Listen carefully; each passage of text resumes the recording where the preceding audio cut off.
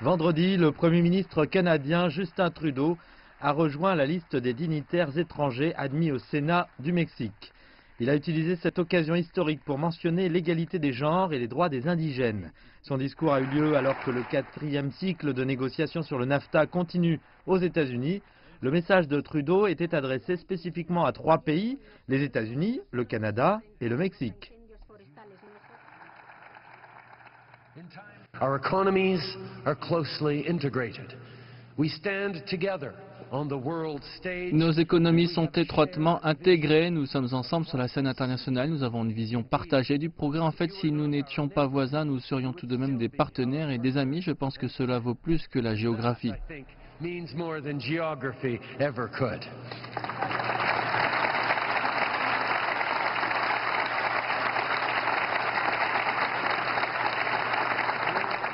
Justin Trudeau a reçu les applaudissements des responsables canadiens et mexicains, dont le ministre mexicain de l'économie et le chef négociateur du NAFTA, Ildefonso Guajardo, qui était ici au lieu de diriger l'équipe mexicaine lors du cycle actuel de négociations près de Washington. Les négociateurs américains du NAFTA prennent une posture de plus en plus dure, insistant sur le fait que 50% de tous les véhicules nord-américains, dont ceux qui sont assemblés au Canada et au Mexique, soient fabriqués aux États-Unis. Les États-Unis veulent aussi que l'accord puisse être révisé complètement tous les 5 ans. Le Canada et le Mexique s'opposent à cette idée.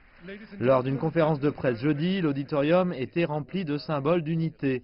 Parmi les participants, des combattants mexicains en armes qui se sont battus contre le feu canadien. Le président mexicain Enrique Peña Nieto a déclaré que le NAFTA était une occasion pour les nations de l'Amérique du Nord d'être plus compétitives et pour le Mexique d'améliorer ses salaires.